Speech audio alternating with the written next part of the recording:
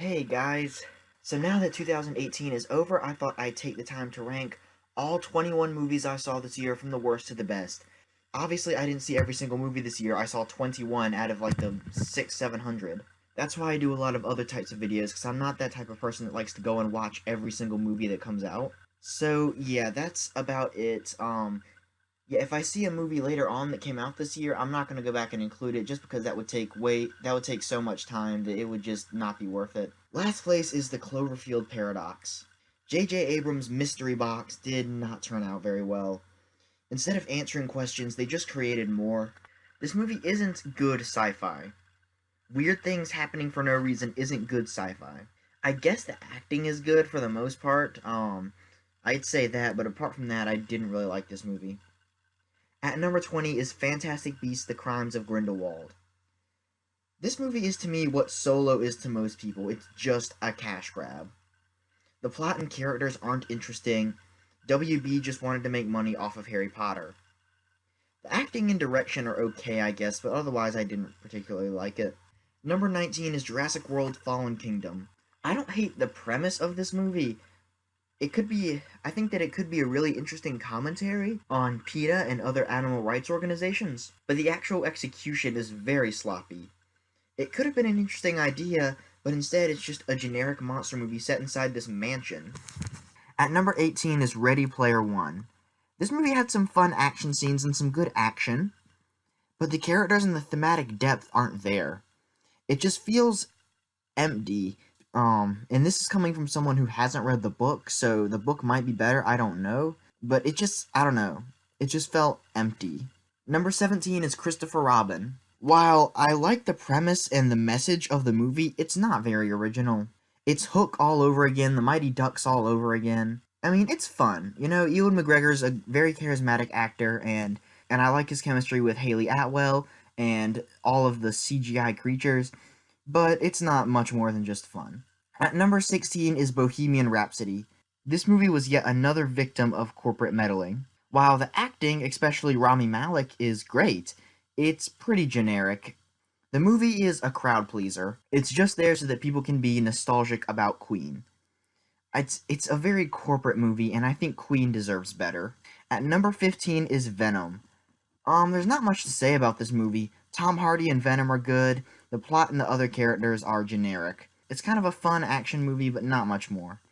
Number 14 is Welcome to Marwen. This movie does have a very interesting premise, I'll give it that. Unfortunately, it doesn't have a solid hook to draw the audience in. The characters and the acting are good, especially from Steve Carell, but the plot needed some improvement. By the end of the movie, the main character's character arc managed to improve my opinion of the movie a little bit, but it's still not great. At number 13 is Maze Runner: The Death Cure. This trilogy is very underrated. Wes Ball manages to give a book I wasn't a huge fan of some weight.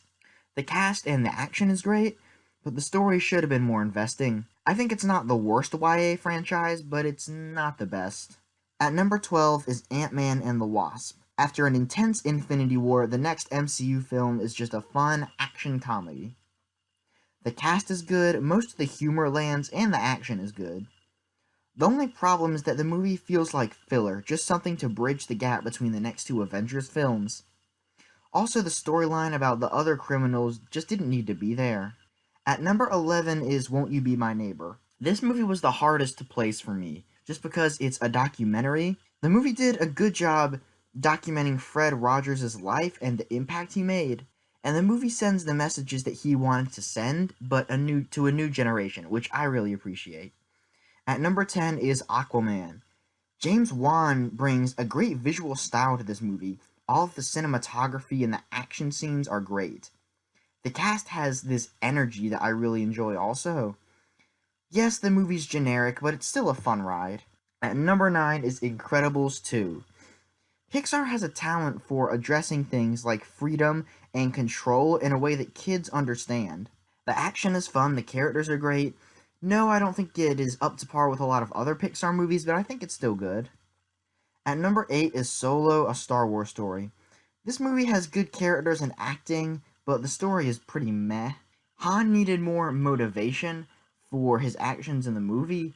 I think that what should have happened was his love interest should have stayed with Paul Bettany, and he should have been promised that if he does this task, his love interest can go free, and then at the end, spoiler alert here, she betrays him just like she does in the actual movie, which would have been a good way to set up his arc for A New Hope. But at number 7 is Halloween. This is probably one of my most anticipated movies this year after some of the top ones on this list. The acting, characters, cinematography, and score are great. And there are some great set pieces too, like the one where Michael's walking around the neighborhood. However, there's some subplots that don't need to be there, and some pretty pointless characters like the granddaughter's boyfriend. At number 6 is Bumblebee. The Transformers franchise is redeemed. This movie fixes things by making the franchise about the thing that made it good in the first place, the relationship between a boy, or in this case, a girl, and her car. The relationship between Haley Steinfeld and Bumblebee is great. Yes, the movie feels like E.T. a little bit too much at times, but it's still good. At number 5 is The Greatest Showman. This movie was a surprising hit. The music and cast is great. Yes, the movie took some artistic license, but the message that P.T. Barnum wanted to send is still there. So, after you hear what these top 4 movies are, you're probably going to think I'm a fanboy. And, yeah, you're right. And I don't care. So, yeah, at number 4 is Spider-Man Into the Spider-Verse. This movie was a lot better than I thought it was going to be.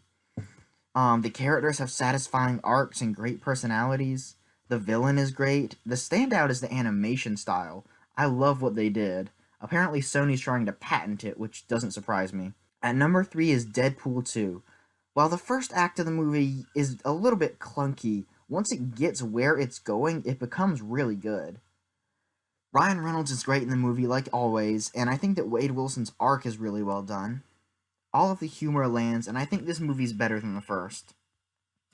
And number 2 is Black Panther. I feel bad putting this movie at number 2 due to the Oscar buzz, but I think it's a solid movie about what emotions people use to make their decisions. The villain is great, and so is most of the acting. I'll admit, I wish that Black Panther himself was a little more interesting, and also the CGI is pretty bad at times, and the fight scenes just weren't as memorable as some of the other action scenes in the MCU, but it's still a solid movie. Do I think this movie deserves the Best Picture Oscar? No. If this movie deserves the Best Picture Oscar, so does Captain America the Winter Soldier, so does Iron Man, so does Civil War, so does a dozen other superhero movies. So yeah, and if this movie deserves Best Picture, Daredevil Season 3 better get Best Drama, Best Actor Charlie Cox, Best Supporting Actor Vincent D'Onofrio, Best Supporting Actor Wilson Bethel. So yeah, I just don't think it does. At number 1, we all saw this coming. We all did. At number 1, my favorite movie this year was Avengers Infinity War. This movie feels more like a comic event than an actual movie, but I think it works. Thanos is a pretty good villain. Even if you don't agree with what he's doing, you understand why he's doing it, and even if his plan is flawed, it still makes sense. Thor has a great arc. Thor was the standout of this movie to me. Not just because he had the most epic scene in the movie, because he changed a lot in the movie, which I like. All of the characters have a moment to shine, which is hard when you have something like 64 main characters. I just think this movie lived up to the hype, which is hard to do when there's this much hype around the movie. So yeah, that's it. That's my list. You can tell me your list down in the comments below, or you can just tell me your top 10, top 5 favorite, and top 10, top 5 least favorite. So yeah, thanks for watching. I'll have some more videos up soon, perhaps a review of Glass since that comes out in a couple weeks, and probably some video essays that I've been working on. So yeah, thanks for watching. Be sure to subscribe. Bye.